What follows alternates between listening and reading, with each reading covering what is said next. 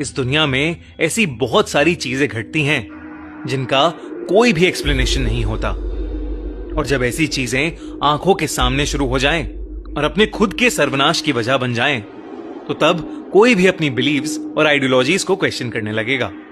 ऐसी ही एक कहानी है डॉक्टर रोशन की। डॉक्टर रोशन एक गवर्नमेंट द्वारा अपॉइंटेड डॉक्टर थे और उनकी ड्यूटी उत्तर प्रदेश के एक छोटे से गांव गंगापुर में लगी थी। गंगापुर में पिछले कुछ दिनों से कई लोग एक बीमारी की वजह से पागल हो रहे थे। कुछ लोग तो कमजोरी की वजह से मर भी गए थे। डॉक्टर रोशन को इसी बीमारी के इलाज के लिए गंगापुर भेजा गया था। उस गांव में कदम रखते ही डॉक्टर रोशन ने सीधा उस बीमारी से जूझ रहे एक पेशेंट का चेकअप किया।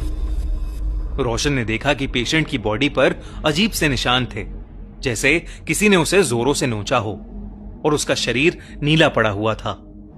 साथ ही उसकी नसें इतनी फूली हुई थीं कि जैसे एकदम फटने वाली हों। उस बीमारी से जूझ रहे हर एक पेशेंट के साथ हूबहू ऐसा ही हो रहा था। रोशन को कुछ समझ नहीं आ रहा था, क्योंकि ऐसी बीमारी उसने पहली बार देखी थी। गंगापुर के मुखिया से जब रोशन मिला तो मुखिया ने उसे बताया कि लोगों को कोई बीमारी नहीं हुई है, बल्कि ये एक देवी का श्राप है जो उन्हें लग गया है। उन्होंने कहा कि ये सब कंस्ट्रक्शन वर्कर हैं, जिन्हें देवी के मंदिर की मरम्मत का काम मिला था। मरम्मत करते वक्त मंदिर बंद कर दिया गया था और किसी को भी मंदिर में जाने की अनुमति नहीं थी, यहां तक कि मंदिर के पुजारी को भी नहीं। और यहां की मान्यता है कि देवी को खुश रखने के लिए अपने खून का बलिदान देना होता है और उसे चढ़ाना होता है। और जब मंदिर बंद था तो किसी ने भी देवी को खून नहीं चढ़ाया। इसी वजह से देवी क्रोधित हो गई और अब उसके क्रोध का प्रकोप सब पर भारी पड़ रहा है। मुखिया ने कहा कि देवी को जल्द ही किसी की बलि देनी होगी, वरना तब तक वो खुद गंगापुर के लोगों की बलि चढ़ाती रहेगी। मुखिया ने रोशन को फौरन गांव छोड़ने की सलाह दी, पर रोशन एक बहुत ही एजुकेटेड और प्रोग्रेसिव आदमी था। इन सब में बिल्कुल यकीन नहीं करता था। उसे लगा था कि ये सब सदियों से चलती आ रही झूठी बातें हैं। लेकिन जब रोशन को गंगापुर के इतिहास के बारे में और चीजें पता लगीं, तो उसके रोंगटे खड़े हो गए। एक रोज वो गंगापुर के मंदिर के पास से गुजर रहा था कि तभी उसे एक अजीब सी बूढ़ी औरत दिखी, जो एक पेड़ के नीचे बैठी रोशन को घूरे जा रही थी। रोशन जैसे ही उसके पास से गुजरा, वो उसके सामने आ गई। उसके चेहरे पर उसके बाल बिखरे हुए थे। ऐसा लग रहा था जैसे वो कई महीनों से नहा ही ना हो। अचानक वो किसी पागल की तरह कुछ बड़बड़ाने लगी।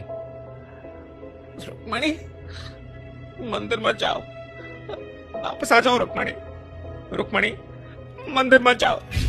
और यही बड़बड़ाते हुए वो बूढ़ी औरत जमीन पर गिर गई और उसे दौरे पड़ने लगे। रोशन उस पागल बूढ़ी औरत की इस हरकत से घबरा उठा। वहां एक और आदमी भी घूम रहा था, जिसने उस पागल औरत को वहां से भगा दिया। और फिर उस आदमी ने रोशन को रुक्मणी के बारे में बताया। उसने कहा कि करीब 2 साल पहले उसी पागल औरत की 16 साल की बेटी घूमते घूमते उस देवी के मंदिर में चली गई, और जब से वो वापस आई तब से ऐसा लगने लगा कि किसी ने उसके ऊपर काला जादू कर दिया हो। वो अजीब तरीके से बात करने लगी, मिट्टी और मिट्टी में सने कीड़े मकोड़े खा जाती थी, और उस गांव के कुएं के पानी में कभी थूकती तो कभी अपना हाथ चाकू से काट के उसका खून उस कुएं में गिरा देती। लोगों को लगने लगा कि जब वो मंदिर में गई होगी तो उसने ना चाहते हुए भी देवी को नाराज कर दिया होगा, जिसकी वजह से देवी ने क्रोध में आकर रुक्मणी को एक श्राप दे दिया। देखते ही देखते रुक्मणी की हालत और बिगड़ने लगी, और एक दिन रुक्मणी गांव से गायब हो गई और वो तब से लापता है। उसकी बूढ़ी मां उसके जाने का गम बर्दाश्त नहीं कर पाई और पागल हो गई। अब राह चलता कोई भी इंसान उसे दिख जाए तो वो उसे रुक्मणी कहने लगती है और उसे दौरे पड़ने लगते हैं।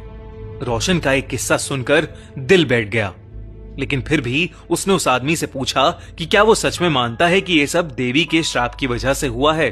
उस आदमी ने कहा कि उसके मानने न मानने से सच्चाई नहीं बदलेगी। उसने कहा कि पिछले कई सालों से गंगापुर में न जाने कितने लोग गायब हुए हैं और न जाने कितनों की मौतें हुई हैं। कई लोग रुक्मणी की तरह पोजेस्ड भी हो चुके हैं। उस रात रोशन रुक्मणी के बारे में ही सोचे जा रहा था और बड़ी मुश्किल से उसे नींद आई थी। लेकिन आधी रात में अचानक से पानी की टपटप की आवाज से रोशन की नींद खुल गई। उसने देखा कि ऊपर पंखे से कुछ नीचे टपक रहा है। जब रोशन ने ध्यान से देखा तो उसके होश उड़ गए। वो पानी नहीं, खून की बूंदें थीं। रोशन ने देखा कि उसके पूरे कमरे में खून ही खून फैला हुआ था और उस खून में किसी के कदमों के निशान भी थे। उन निशानों को फॉलो करते हुए रोशन अपने घर के बाहर पहुंचा तो उसने देखा कि एक 16-17 साल की लड़की नीचे बैठकर पागलों की तरह